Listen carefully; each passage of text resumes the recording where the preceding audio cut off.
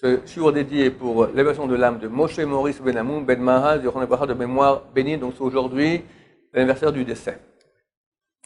Il y a un sujet qu'il est très très dur de traiter, c'est celui de la Shoah, parce que ça touche beaucoup de sensibilité, et il y a vraiment de quoi. Mais j'ai vu dernièrement une chose dans les écrits du Ramchal, donc un des grands kabbalistes des derniers siècles, c'est extraordinaire, parce qu'il a vécu quand même il y a 3 siècles, donc bien avant la Shoah, et quelque part, il dit que c'est prévu qu'on ait une chose de ce type-là avant que vienne la Géoula. Alors, je me permets d'en parler, parce que je pense que c'est un élément important à connaître, surtout aussi que ça nous annonce qu'on est bientôt, Bezrat Hashem, en Géoula.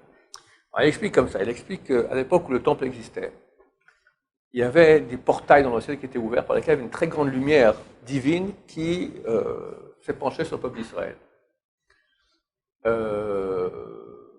C'est vrai qu'à l'époque, on voit qu'il y avait des sanctions très dures. Quelqu'un qui transgressait Shabbat en public, on le lapidait, des choses impensables aujourd'hui. Pourquoi? Parce qu'à l'époque, il y avait une présence divine qu'on pouvait tâter, c'était très clair. On voyait la main de Dieu partout. Quelqu'un maintenant qui va contre Dieu exprès, alors qu'on voit la main de Dieu, c'est criminel.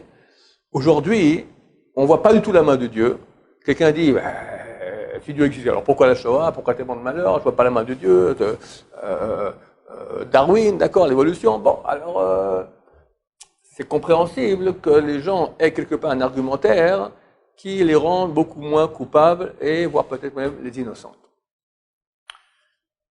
Donc à l'époque, il y avait un flux divin énorme, des portails dans le ciel très très grands par lesquels Dieu amenait un flux énorme de bonté par le peuple d'Israël à toute l'humanité. Lorsque la destruction du temple, ces portails se sont fermés. Mais il faut bien qu'il y ait quand même un flux qui passe. Alors, le flux passe chez les non-juifs. Mais au peuple juif, il y a des petites fenêtres qui sont ouvertes en bas. Les portails sont en haut. Les petites fenêtres qui sont ouvertes en bas. Par ces fenêtres-là, Dieu, quand même, comme c'est écrit dans le Shirachirim, Dieu, il regarde comme ça par les petits trous. D'accord? Donc c'est qu'il y a une providence divine, Dieu nous protège, il nous aide, etc., mais par des petits trous. Ça veut dire que ce n'est pas un grand flux que tu vois la main de Dieu, c'est caché et c'est petit. Le flux, il n'est pas chez nous. D'accord? Le peuple d'Israël en exil, il souffre. Le Ramchal explique que quand va se mettre en place la Géoula, la rédemption que nous attendons, alors qu'est-ce qui va se passer? Dieu va ouvrir les portails en haut. Dès qu'il ouvre les portails en haut, peut-être les petites fenêtres en bas se ferment. C'est fini. Au moment qu'il y a les grands portails qui s'ouvrent, les petites fenêtres n'ont plus de rôle. Mais il dit, le temps que le flux arrive depuis très haut d'Hachem dans le bas, ça prend beaucoup de temps. Pendant cette période-là, où le flux va commencer à descendre depuis en haut, depuis les grands portails qui sont ouverts, les petits portails en bas vont être fermés, du moment qu'il n'y a plus de lumière, donc c'est obscurité totale. Là, les forces du mal vont venir et vont faire souffrir le peuple d'Israël de façon terrible, comme il n'y aura jamais eu dans l'histoire. C'est juste en parenthèse qu'au début du chapitre 12 de Daniel, il parle essentiellement de la fin des temps. Le dernier chapitre parle encore plus de la fin des temps, et le premier verset, il dit, à cette époque-là, ça sera juste avant que vienne la rédemption de ton peuple, l'ange Michaël sera à sa place et arrivera un moment de détresse comme il n'y aura jamais eu durant toute l'histoire. Donc on nous a annoncé déjà qu'avant que vienne la Géoula, il y aura un moment de détresse. Alors Ramchal explique la logique mystique des choses. C'est de la mystique dont on parle ici. Il dit que les petites fenêtres vont se fermer en bas.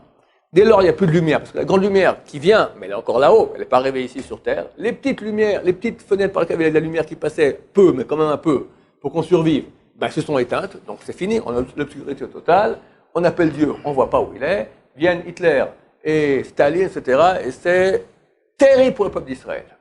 C'est le signe triste, mais il semblerait nécessaire, on ne sait pas pourquoi, je ne rentre pas dans le pourquoi du comment de Dieu, que la lumière vient. Et on voit qu'effectivement, aujourd'hui, on a de plus en plus de lumière, donc le retour physique du peuple en terre d'Israël, la terre d'Israël qui donne ses fruits de son abondance, c'est marqué ceci n'est plus clair comme quoi nous sommes proches de la fin.